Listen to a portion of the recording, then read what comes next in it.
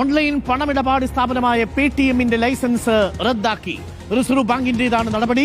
നേരത്തെ പുതിയ ഉപഭോക്താക്കളെ ചേർക്കുന്നത് വിലക്കിയിരുന്നു. നിയമലംഘനത്തിന്റെ പേരിലാണ് നടപടിയെടുത്തിരിക്കുന്നത്. നോബൽ ബാരിക്കാരനുണ്ട് കൂടുതൽ വിവരങ്ങളുമായി. നോബൽ ബാരിക്കാരൻ, അന്ന് നോട്ട് നിരോധന സമയത്ത് ഏറ്റവും കൂടുതൽ ലാഭമുണ്ടാക്കി. അന്ന് ശ്രദ്ധാകേന്ദ്രമായതാണ് പേടിഎം. അന്ന് മുതൽ ഇങ്ങോട്ട് കോടികളുടെ ലാഭം പേടിഎം ഉണ്ടാക്കി. എല്ലാ ഇടപാടുകളും ഓൺലൈനിലേക്ക് ആദ്യം ഒഴുകിയത് പേടിഎമ്മിലേക്കായിരുന്നു. ഇന്നിപ്പോൾ പേടിഎമ്മിന്റെ അംഗീകാരം റിസർവ് ബാങ്ക് റദ്ദാക്കിയിരിക്കുന്നു. ഇനി മുതൽ പേടിഎം വഴിയുള്ള എല്ലാ ഇടപാടും അനധികൃത ഇടപാടായി കണക്കാക്കുമല്ലേ?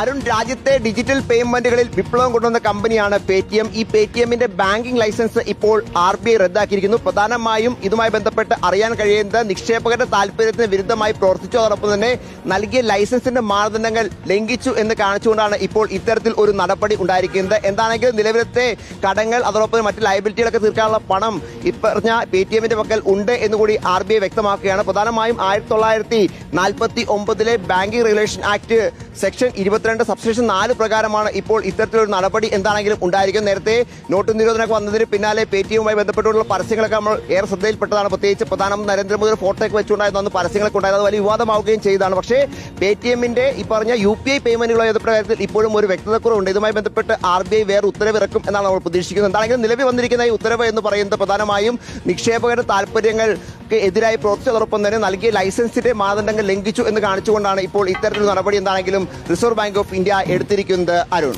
Thank you. നോബൽ ബാരിക്കാരനാണ് വിവരങ്ങൾ നൽകിയത്. പേടിഎമ്മിലേക്കുള്ള ഇനി എല്ലാ ബാങ്കിംഗ് ഇടപാടുകളും അനധികൃതമായിരിക്കും. പേടിഎമ്മിനുള്ള പിന്തുണ പിൻവലിച്ചിരിക്കുന്നു RBI.